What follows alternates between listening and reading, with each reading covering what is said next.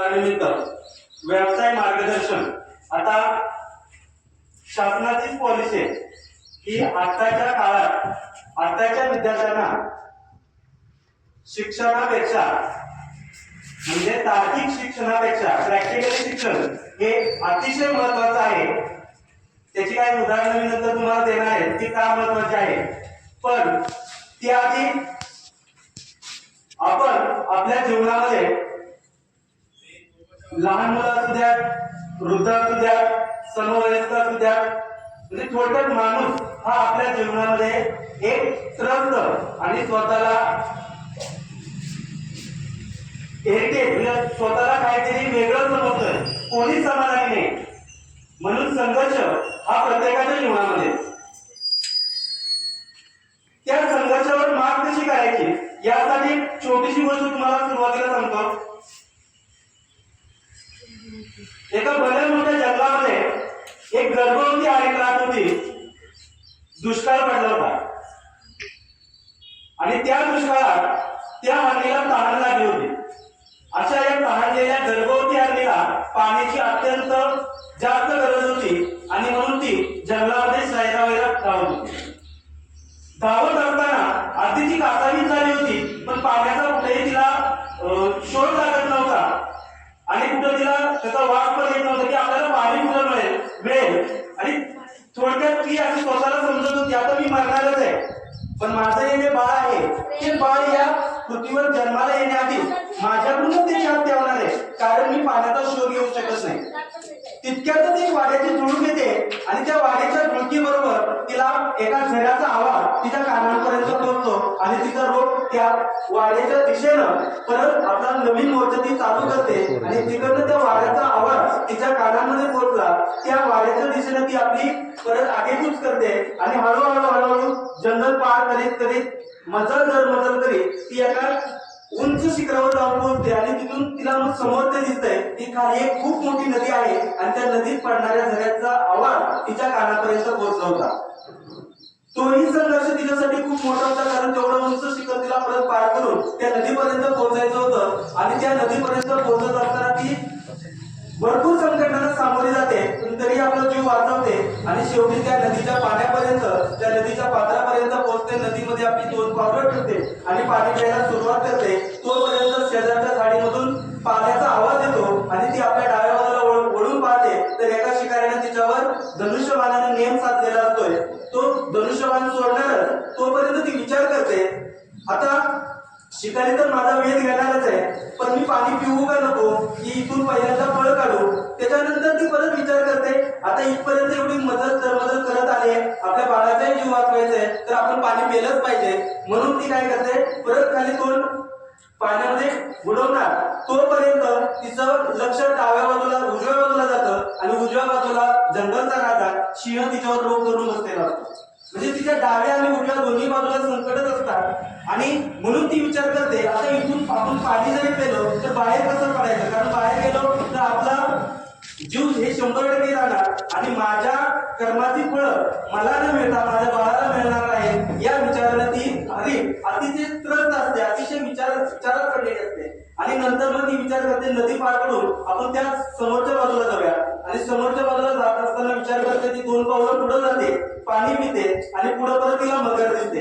म्हणजे समोर सुद्धा संकट आणि म्हणून ती परत एकदा विचार करते पाणी प्यायचं आणि मग मागच्या बाजूला रिकामी जागा आहे, कारण डाव्या आणि उजव्या बाजूला शिकारी आहे, उजव्या बाजूला सिंह आहे, समोर मगर आहे, तर आपण मागच्या बाजूला काय करू जंगलामध्ये पळू आणि 2 पावलं पाठीमागून येऊन परत पाठीमागून वळून बघते तर मागे जंगलाला वणवा लागलेला असतो।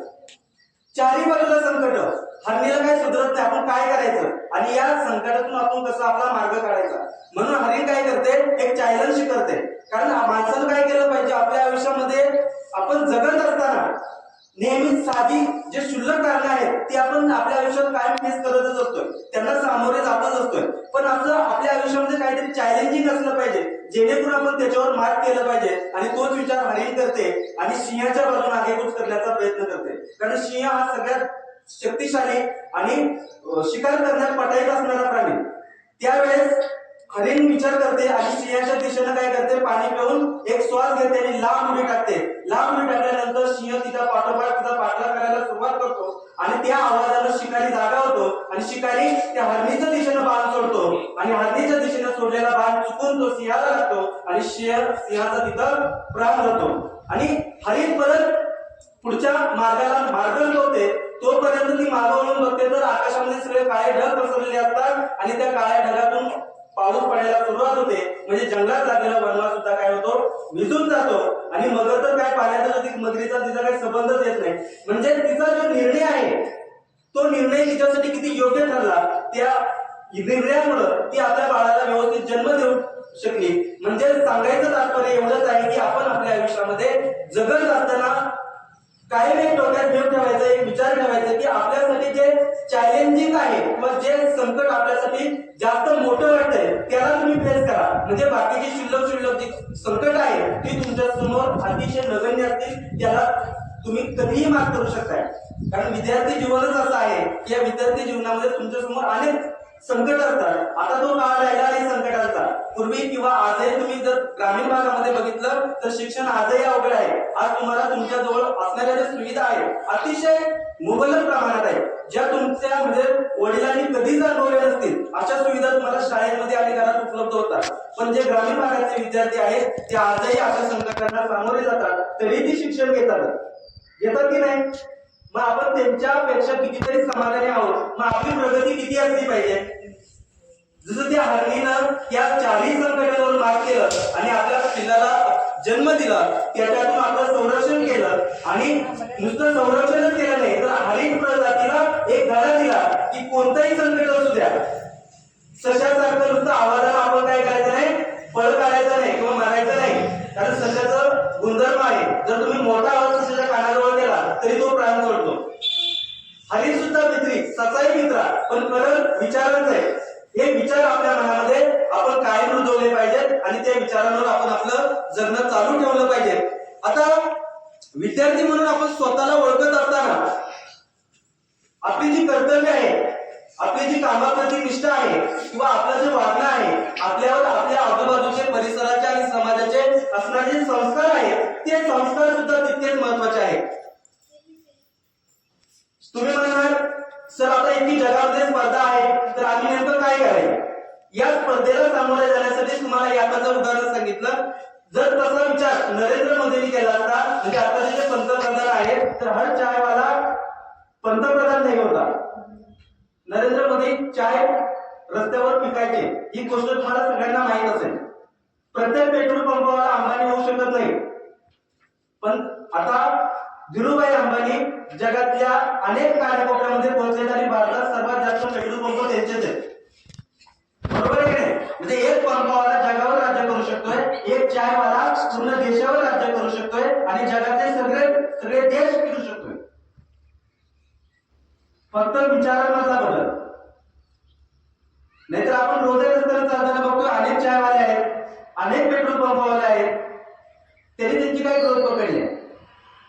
त्यांनी जगामध्ये आपला काही ठसा उमटवला काहीच नाही. मग ही दोनच माणसं अशी का. फरक काय, विचारांमधला फरक. तुम्ही तुमचे विचार बदला, तुमच्यासाठी जगातली अनेक आव्हानं किती मोठी असली तरी ती आपोआप हात पसरतात आणि तुम्ही त्याच्यावर 100% राज्य करू शकता. तुम्हाला माहित नसेल पृथ्वी सूर्याभोवती फिरते, याचा शोध कोणी लावला. कोण सांगते मला. पृथ्वी सूर्याभोवती फिरते याचा शोध कोणी लावला. मुलांच्या शास्त्रज्ञाचं नाव काय. दहावी. पृथ्वी स्वतःभोवती फिरता फिरता सूर्याभोवती फिरते या गोष्टीचा शोध कोणी लावला.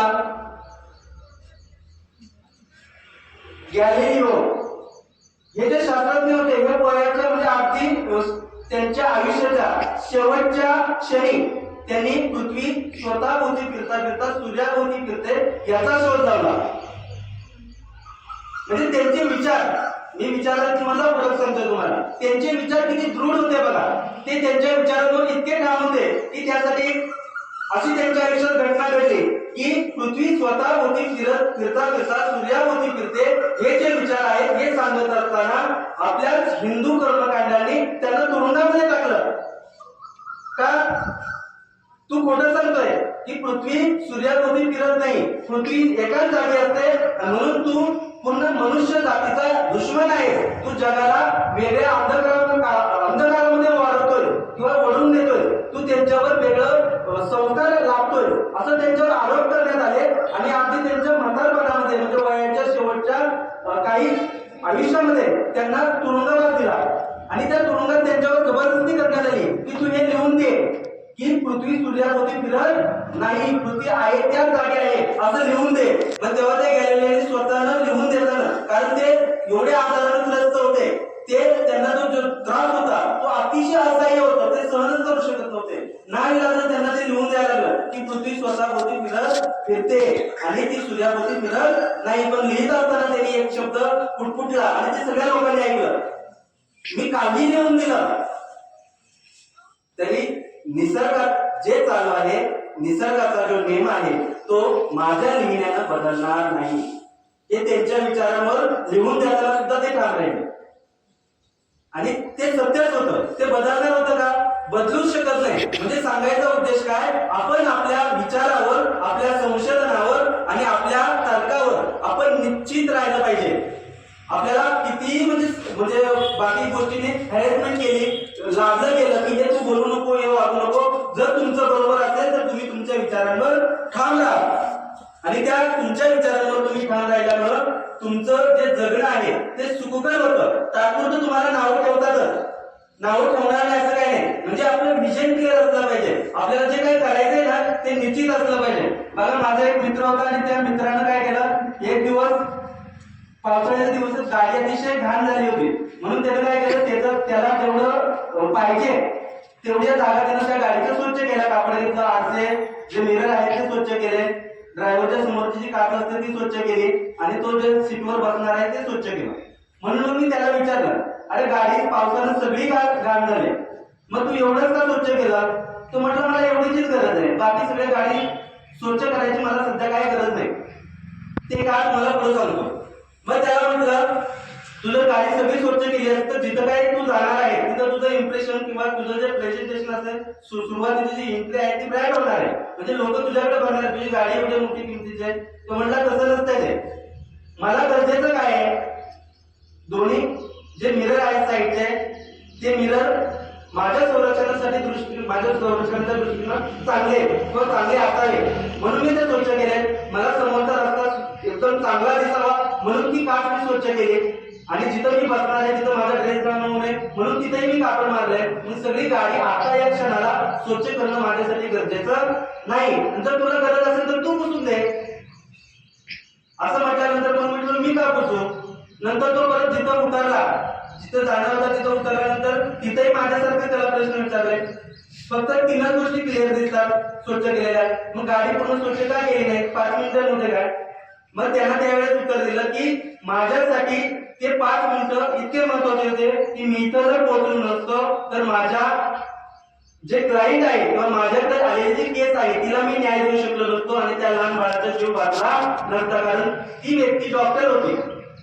जर ती व्यक्ती ऑपरेशन थिएटर मध्ये गेलेल्या त्या लहान बाळाला न्याय देऊ शकत असेल तर ते कधी वेळेची किंमत पाळल्यानंतर तो जर त्याची गाडी सगळी स्वच्छ करत बसला असता, लक्षात सोपं साधं उदाहरण आहे, जर गाडी स्वच्छ करत बसला असता तर ते जे 5 मिनिटं वाया गेले असते त्या 5 मिनिटाच्या पुढच्या क्लायंटचा त्याच्या पेशंटचा जीव गेला असता. म्हणून आपल्या आयुष्यामध्ये ते 5 मिनिटं सुद्धा आपल्यासाठी काय असतात, महत्वाचे असतात. म्हणजेच आपलं जे विजन आहे, आपल्याला जे करायचंय ते आधी क्लिअर असलं पाहिजे, माइंडसेट असला पाहिजे, आपल्या मेंदूमध्ये ते विचार फिक्स केलेले असले पाहिजे. आपण त्याच्यामध्ये गोंधळलेला किंवा चलबिचल झालेले विचार आपल्या डोक्यामध्ये कधी ठेवायचे नाही.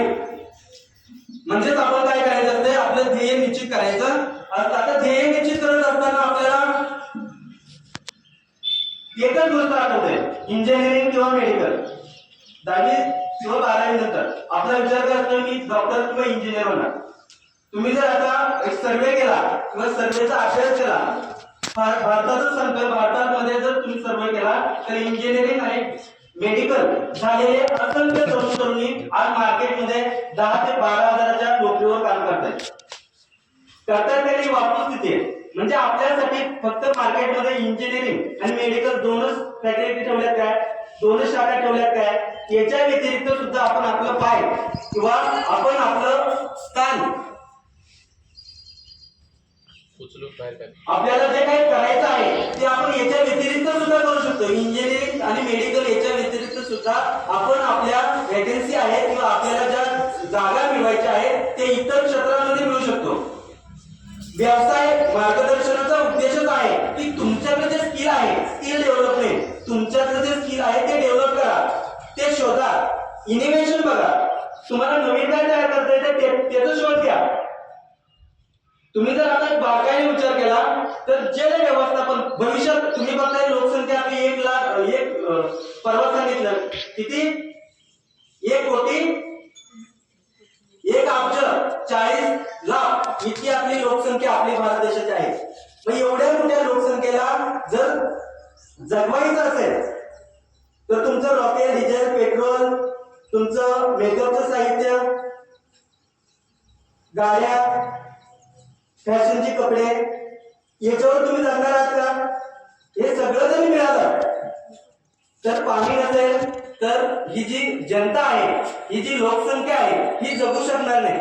मग आपलं इनोव्हेशन किंवा आपण शोध मोहीम कशी चालू करायची, जिथं सगळ्यात जास्त स्ट्रगल आहे, ज्यासाठी सगळी लोक काय करतात, अनेक संकटांना फेस करतात, ती गोष्ट आपण सोपी करायची. इनोव्हेशन करणे म्हणजे काय, सोपा मार्ग काढणे.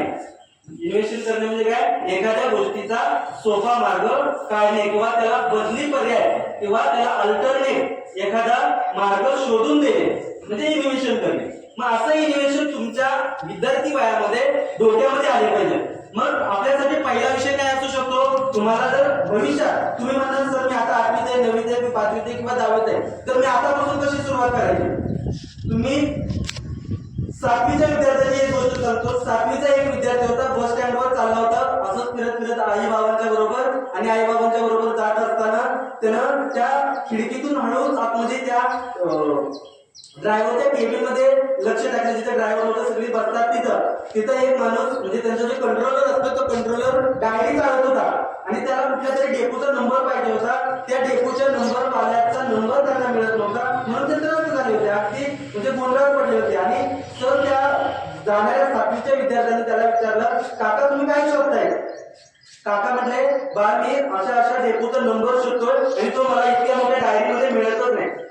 इनोव्हेशन त्या मुलाच्या डोक्यामध्ये लगेच टूट पेटली. यासाठी मी काय करू शकतो का, यासाठी मला काय करता येईल का. मग त्यानं काय केलं, जस्ट डायल नावाची जी वेबसाईट आहे, तुम्ही बघा मोबाईलवर असते, जस्ट डायल नावाची वेबसाईट, ती वेबसाईट त्यानं सुरू केली. आज त्या 7वीचा विद्यार्थी आता तो प्रोफेशनल बिझनेसमॅन आहे, पण त्यावेळेस त्याचा जो टर्नओव्हर होता वर्षाचा 8 कोटी रुपये होता. 8 कोटी वर्षाचा टर्नओव्हर, 8 लाख रुपये नाही, 8 कोटी रुपये टर्नओव्हर एका वर्षाचा 7वीच्या विद्यार्थ्याचा. फक्त विचारात बदल, इनोव्हेशन म्हणजे आपला जर माइंड सेट असेल, आपली जर विचार करण्याची आपली कॅपॅसिटी असेल आणि आपल्यात जर नवीन काहीतरी शोधण्याचा, संशोधन करण्याची ताकद जर आपल्या मनामध्ये असेल तर आपण 8 ते 16 कोटी वर्षाला कमवू शकतोय. अरे साधं गणित आहे. भारतात 1 अब्ज 40 लाख म्हणजे लोकसंख्या आहे. तुम्ही तयार केलेलं प्रॉडक्ट 1 रुपयाला विका, पण प्रत्येक माणसापर्यंत पोहोचलं पाहिजे. तुमचं महिन्यात 1 अब्ज 40 लाख रुपये तयार होते, 1 रुपयालाच वस्तू विकायची. भारतातच विका, बाहेरच्या मार्केटची सुद्धा तुम्हाला गरज नाही. पण आपण काय करतो, स्टेटस शोध सांभाळतो आणि स्टेटसच्या नादामध्ये बऱ्याच जणांची धूळ झालेली सुद्धा आपण डोळ्याने पाहतो. म्हणून स्टेटस ते योग्य जागी सांभाळलं पाहिजे. स्टेटस आहे किंवा स्टेटस असावं म्हणून ते स्टेटस कुठेही दाखवायचं नाही. जिथं गरज आहे तिथं आपण स्टेटस दाखवलंच पाहिजे. शेवटी आपलं इम्प्रेशन सुद्धा तिथं महत्वाचं असतंय. पण स्टेटस अशा ठिकाणी दाखवा जिथं तुमच्या त्या स्टेटसची किंमत केली जाईल किंवा त्या स्टेटसचा तुमचा मान ठेवला जाईल. आणि म्हणून तुमचा व्यवसाय असेल, मैत्री असेल, धंदा असेल किंवा एखादे रिलेटिव्ह संबंध असतील तुमचे, आई वडील बाबा काका काकी यांच्या समोर तुम्ही साधं कंपनी कामाला जाताय आणि इथं येऊन सांगताय माझं एक वेगळं स्टँडर्ड आहे, वेगळं स्टेटस आहे. खरे तू कुठे सांगतोय की 12 तास तिथं दुसऱ्याच्या हाताखाली लागतोय. याला काही स्टँडर्ड म्हणतात का? स्टेटस कोणा ठेवायचं? जो मालक आहे त्याचा. म्हणून विद्यार्थी मित्रांनो, आपण सगळ्यांनी काय बनलं पाहिजे? स्टेटस ठेवण्यासाठी आपण आपल्या व्यवसायाचा मालक बनलं पाहिजे.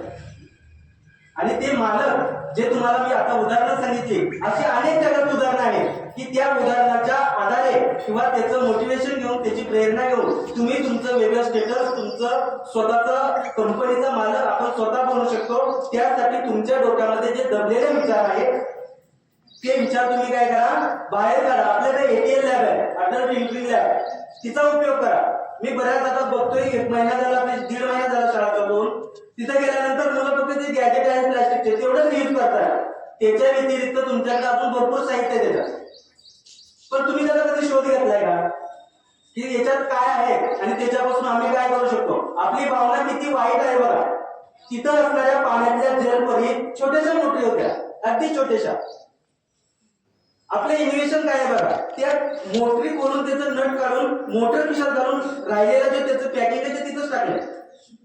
ही आपली भावना, हे आपले विचार. जर जगामध्ये तारायचं असेल, जगामध्ये आपलं अस्तित्व निर्माण करायचं असेल तर आपले विचार तितकेच महत्वाचे आहेत, आपली भावना तितकीच महत्वाची आहे. आणि आपला इतरांची जो बॉन्डिंग आहे, इतरांच्या बरोबर आपली जी रिलेशनशिप असते ती तितकीच बळकट करणं गरजेचे आहे. कारण आपण जर दुसऱ्यावर विश्वास ठेवतो तर दुसऱ्याने तितकाच आपल्यावर विश्वास ठेवला पाहिजे. याची ताकद आपण निर्माण करायची असते.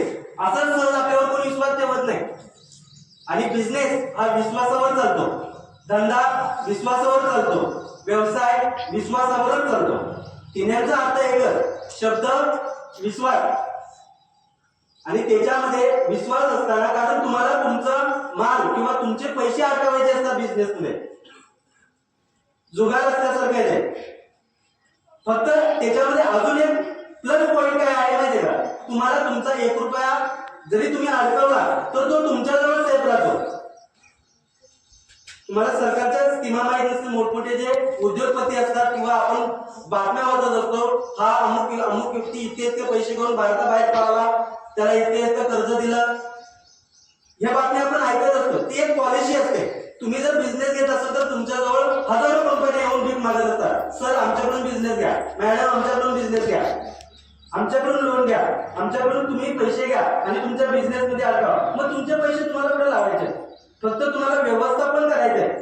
तुम्ही जो उद्योग निर्माण केलाय त्या उद्योगाचं योग्य व्यवस्थापन करायचंय.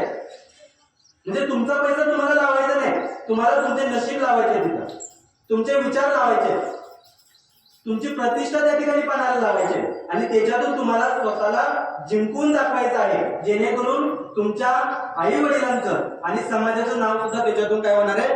रोशन होणार आहे. या सगळ्या धावपळीच्या जगामध्ये, या सगळ्या विचारांमध्ये आपण आपल्या स्वतःला विसरलेलो असतोय. म्हणून काय करायचं? सकाळची जी वेळ असते, सकाळच्या वेळेला आपण मराठीमध्ये काय म्हणतो सांगा बरं? ज्यावेळेस आपण झोपेतून उठतो त्या वेळेला मराठीमध्ये आपण काय म्हणतो? सकाळच म्हणतो. पण अजून रामाची पहाड असं पण म्हणतो मराठीत. रामाच्या पहाडी म्हणजे सकाळच्या पहाडी, बरोबर आहे की नाही? किंवा ब्रह्म सकाळ असं सुद्धा म्हटलं जाते संस्कृत मध्ये. म्हणजे ही जी वेळ असते, सकाळची वेळ असते, ही सकाळची वेळ आपल्या प्रत्येक सजीवासाठी एक प्रेरणादायी असते. आपल्याला एक पॉझिटिव्ह एनर्जी आपल्या शरीरामध्ये मेंटेन करत असते, ती आपण त्यावेळेस वाटायची असते. म्हणून 10वीच्या विद्यार्थ्याला माझं सांगणं आहे की आपण सकाळी लवकर उठून जो आपला काय अभ्यास असतो, लिखाण म्हणजे अभ्यास नाही, आपलं जे वाचन आहे, आपलं जे मेडिटेशन आहे, आपण जे विचार करणार आहोत तो सकाळच्या पारी करा. म्हणून त्यासाठी लवकर झोपलं पाहिजे आणि लवकर उठलं पाहिजे. तुम्ही जर एक मोठ्या बिझनेसमनची कोणत्याही एका मोठ्या उद्योजकाची जर बॅकग्राऊंड चेक केलं, त्याची पार्श्वभूमी चेक केली तर ते अतिशय गरीब घरातून आलेले असतात. म्हणजे सर्वसाधारण तुमच्यासारख्या आमच्यासारख्या घरातून आलेले असतात. कोणी करोडपतीच्या घरात जन्माला आलाय आणि करोडपती झालाय असं अजिबात नाही. अंबानी घ्या, टाटा घ्या, बिर्ला घ्या, भारतातले जेवढे काही उद्योजक आहेत एकदम सर्वसाधारण परिस्थितीतून ते मोठे झाले. म्हणजे हा सुद्धा न्यूनगंड तुमच्या मनातून काढून टाका की श्रीमंत व्हायचं असेल तर त्याला श्रीमंताच्या पोटीच जन्माला येणार, अजिबात नाही. जर आपल्याला जगायचं असेल तर आपली महत्वाकांक्षा, आपले विचार आणि आपलं वागणं हे उच्च असलं पाहिजे, उच्च लेवलचे असले पाहिजे. अगदी ते इतरांना प्रेरणादायी ठरतील या विचारांचे असले पाहिजे. म्हणजे आपण काय होऊ शकतो, आपण आपले ध्येय गाठू शकतो. मी मगाशी तुम्हाला सांगत होतो, तुम्हाला जर व्यवसाय करायचे असतील, तुम्हाला जर भविष्यात नोकरीच्या संधी करायच्या असतील तर तुमच्यासाठी आता जे करंट विषय आहेत ते पहिला आहे जल व्यवस्थापन, दुसरा आहे मानवी व्यवस्थापन आणि तिसरा आहे पर्यावरण संवर्धन. याच्यामध्ये जर तुम्ही तुमचा बिझनेस केला तर तुमच्या बिझनेसला कधीही मरण नाही, कारण ही काळाची गरज आहे. इंजिनिअरिंग, मेडिकल यामध्ये अनेक लोक आहेतच, पिढ्यानपिढ्या त्यांचे बिझनेस तेच आहेत. म्हणून आपण तेच करायचं काय, किंवा घरच्याने आपल्यावर लादलंय म्हणून आपण तेच करायचं का. माझ्या काकांनी सांगितलं सायन्सला नको जाऊ, कॉमर्सला जा, म्हणजे पैसा येईल का. कॉमर्स म्हणजे अर्थ, सीओ नुसतं पैसे छाप. पण त्या विद्यार्थ्याची इच्छाच नसली तर तो त्याच्यामध्ये सक्सेस मिळवणार आहे का. एखाद्याला सायन्सला जायचं असेल, त्याला बळच सांगितलं तू एमपीएससी युपीएससी साठी अर्थ झाला तर तो त्याच्यात सक्सेस होणार आहे का, नाही. म्हणून तुमचं वय वर्ष 13 ते 19 या वयामध्ये तुम्ही तुमचे ध्येय निश्चित केलं पाहिजे, स्वतःला ओळखलं पाहिजे. आणि स्वतःला ओळखल्यानंतर रोज आपल्या आयुष्यातली 10 मिनिटं सकाळी स्वतःसाठी दिली पाहिजे. आणि ती 10 मिनिटं देत असताना स्वतःला सकाळच्या पारी म्हणजे रामाच्या पारी स्वतःला लवकर जागा केलं पाहिजे. आणि जी राम आपल्याला ऊर्जा देतोय, जो दैवी शक्ती आपल्यामध्ये प्रेरित होणार आहे, ती आपण आपल्या शरीरामध्ये साठवून ठेवली पाहिजे आणि आपल्या मेंदूचा चांगला विकास केला पाहिजे. आता या सगळ्यामध्ये तुम्हाला सगळी माहिती थोडी थोडी सांगतो मी, कोणत्या गोष्टीचं जास्त स्पष्टीकरण केलेलं नाही, कारण आपल्याला आपलं जे व्याख्यान आहे ते कमी वेळेत संपवायचं आहे. पण या सगळ्यामध्ये तुमच्याच वयामध्ये अजून एक मोठा धोका असतोय, आकर्षण. बरोबर आहे काय. 9वी 10वीची मुलं याच वयामध्ये आपल्याला एका मोठ्या संकटानं म्हणजे मोठ्या संकटाचा विळखा पडतो, ते असतं आकर्षण. आणि या आकर्षणामध्ये आपण सोशल मीडियाच्या इतकं आले गेलो आहे की आपण त्याची कल्पना सुद्धा करू शकत नाही. इथून घरातून गेल्यानंतर पहिला आपण दप्तर नुसतं उभ्यानं फेकून देतो आणि मोबाईल हातात घेतो. आजची ट्रेडिंग रील काय, आज कोणतं गाणं म्हणजे सगळ्यात टॉपला चाललंय, आजचा कुठला एपिसोड सगळ्यात म्हणजे जास्त व्ह्यू मिळाले, कोणाचे किती फॉलोअर्स झाले, माझ्या काकींच्या रीलला किती लाईक मिळाले, याच विचारात आपण असतो. म्हणजे आपण स्वतःला त्यामध्ये किती इन्व्हॉल्व करून घेतलंय बघा. म्हणजे स्वतःच जगणं विसरलं. मी सकाळी प्रार्थनेच्या वेळेस सांगितलं तुम्हाला, तुम्ही खेळतच नाही. पूर्वी म्हणजे जास्त पूर्वीची गोष्ट सांगत नाही. मी जेव्हा इथं आलो 2012ला, तोपर्यंत मोबाईलचा ट्रेंड एवढा नव्हता या वडगावमध्ये. तेव्हा मी या शाळेतच राहत होतो आणि ग्राउंड दिवसभर सुट्टीच्या दिवशी भरलेला असत. मुलींच्या सगळ्या ज्या 5वी 6वीच्या मुली त्या सुद्धा शाळेच्या ग्राउंडवर खेळ खेळायचे. आज मोजकीच मुलं आहेत की ज्यांच्या हातात म्हणजे हणून मारून त्यांच्याकडून मोबाईल काढून घेतला जातोय. तीच मुलं कुठेतरी दुसऱ्याच्या मोबाईल मध्ये डोकं घालून याच ग्राउंडवर बसलेले असतात. पण मोबाईल पाहिजे.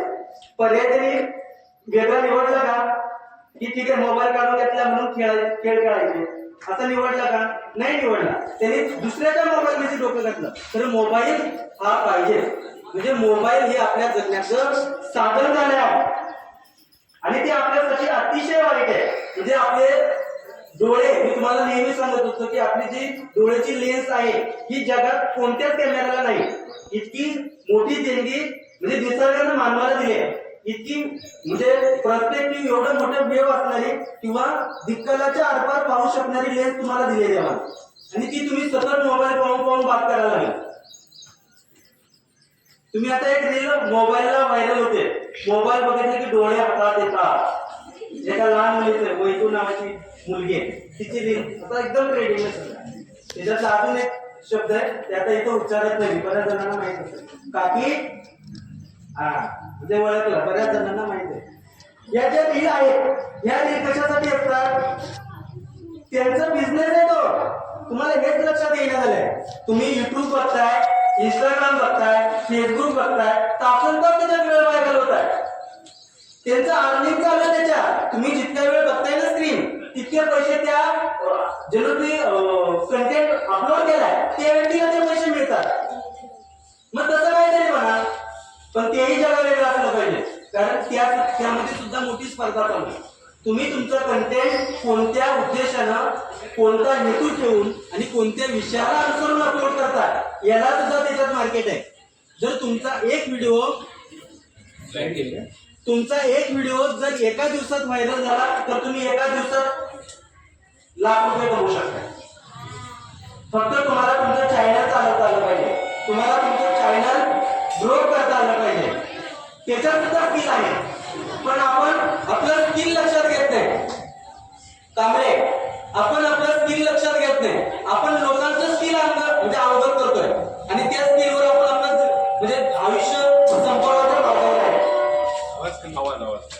या सगळ्या ज्या गोष्टी आहेत या गोष्टींमध्ये जे आकर्षण आहे त्या आकर्षणाला आपण वाकडी नजर केली पाहिजे. कारण जी सावरायचे वय आहे किंवा ज्यामध्ये आपण सावरणार आहोत, आपलं भविष्य घडवणार आहोत, हे वय आत्ताच आहे जे तुमचं चालू आहे.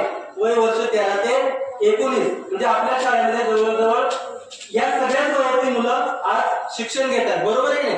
म्हणून हे तुमच्यासाठी एक चांगलं बनतंय की तुम्ही तुमच्या या वयामध्ये जे आकर्षण आहे, आता त्याचं स्पष्टीकरण तुम्हाला देत नाही, पण वर्गामध्ये 8वीच्या आणि 9वीच्या हे मी कायम देत असतो. इथं ते म्हणून सांगायची सगळ्या गोष्टी गरज नाही, पण यामध्ये आपण काय केलं पाहिजे, आपलं पाऊल सावरलं पाहिजे, म्हणजे आपलं आयुष्य सावरेल. तुम्ही 10वी नंतर आणि 12वी नंतर या सगळ्या गोष्टी जर करणार असाल तर तुम्ही या व्यतिरिक्त आपण काय करू शकताय. 10वी नंतर तुम्ही कला, वाणिज्य आणि विज्ञान या 3 शाखेमध्ये जाऊ शकताय. त्यानंतर तुम्हाला दुसरं ऑप्शन आहे ITI. ITI मध्ये अनेक वेगवेगळ्या प्रकारच्या फॅकल्टी आहेत, वेगवेगळ्या प्रकारचे डिप्लोमे आहेत. त्याचबरोबर डिप्लोमा, पॉलिटेक्निक हे सुद्धा तुम्ही 10वी नंतर करू शकता. त्यानंतर पॅरामेडिकलचे अनेक सोर्सेस तुमच्याजवळ 10वी नंतर उपलब्ध असतात. त्यानंतर कौशल्य विकास, स्किल डेव्हलपमेंट यामध्ये सुद्धा तुमच्यासाठी अनेक संधी दार उघड ठेवून बसल्यात. फक्त तुम्ही स्वतःला ओळखायचंय आणि त्याच्यामध्ये स्वतःला सिद्ध करायचंय.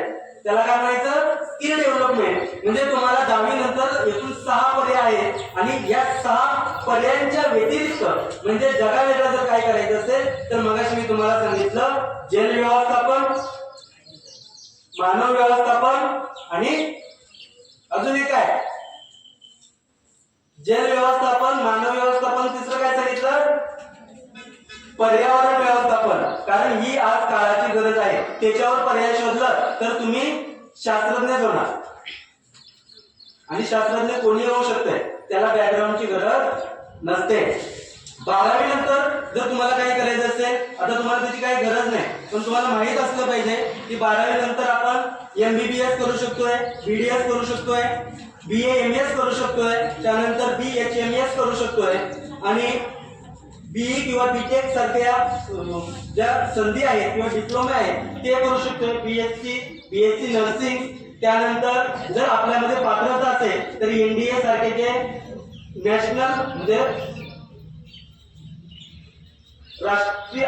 राष्ट्रीय लेवलचे किंवा त्याला आपण काय म्हणतो थोडक्यात जागतिक लेवलवर आपण जी नोकरी करतो त्याचं शिक्षण आपण त्यामधून करू शकतो. फक्त त्याला कॅपेबल असलं पाहिजे, स्वतःमध्ये ती कॅपॅसिटी असली पाहिजे. शारीरिक, मानसिक आणि बौद्धिक या सगळ्या गोष्टींची संगत किंवा त्याची जोड आपल्या शरीराला असली पाहिजे, तरच आपण NDA मध्ये जाऊ शकतो. जे आतापर्यंत तुमच्या समोर ठेवलं हे सगळे वाचन आणि अनुभवातले बोल आहेत, पण ते तुमच्यासाठी 100% प्रेरणादायी ठरतील अशी अपेक्षा व्यक्त करतो. आणि इथं एक 10 ते 15 मिनिटाचं माझं व्याख्यान छोटंसं संपवतो. जय हिंद, जय महाराष्ट्र.